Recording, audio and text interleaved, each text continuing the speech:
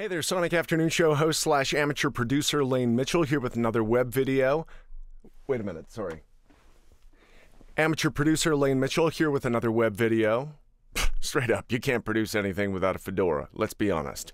It's one of the most requested Sonic Session tracks of all time. Every time I play it, I'm flooded with texts and tweets.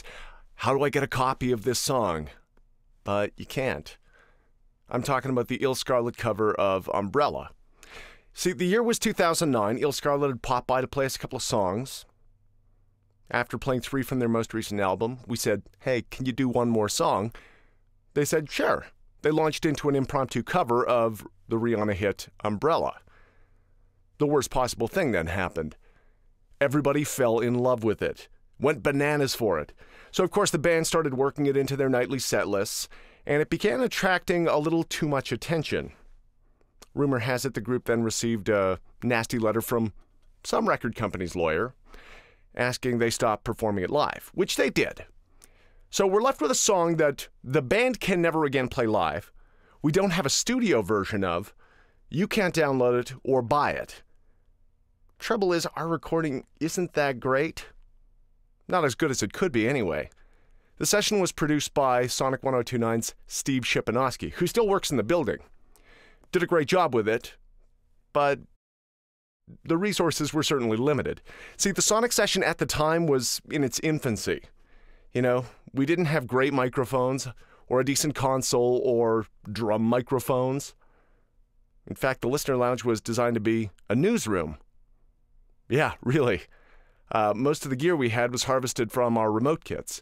And while it's great gear for calling people down to a car dealership on a Saturday afternoon for a free hot dog, let's just say Rick Rubin wasn't exactly knocking on our door to borrow our microphones. So we get to work. It's about 82 beats per minute, I figure, give or take. Take a listen. Throw a metronome on there, it's pretty close. Problem is, as the song goes on, it starts to drift further and further away from that tempo. It speeds up, it slows down. Now, while I could simply choose a tempo and stretch the song to fit the grid, I wanted to preserve the integrity of the existing performance and keep all those subtle timing nuances intact. So I'm going to build what's called a beat map. This entire project, anything I add to it, will be governed by this beat map. If the song speeds up, the drums will speed up. If the song slows down, the bass will slow down. Here's how we do it. Create a beat mapping track. Okay.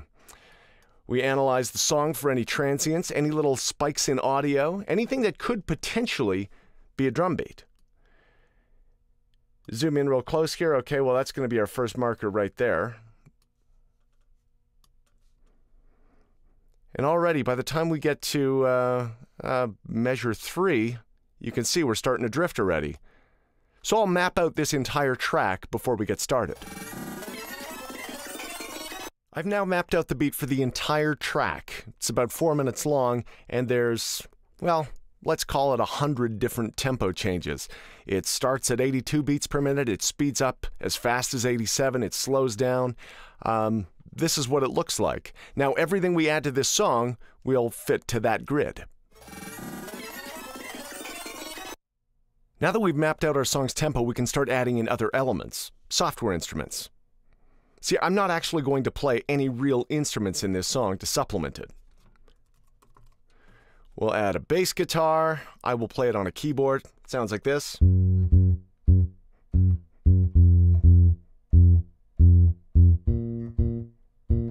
it doesn't have to be perfect because I can correct it after the fact when I use these software instruments. Now we'll add some drums. Not a regular drum kit. We could if we wanted to, but I wanted to keep with sort of the theme of the song. Preserve the original sort of performance.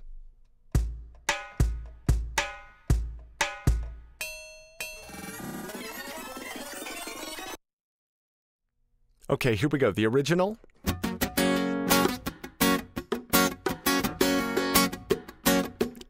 With enhancements.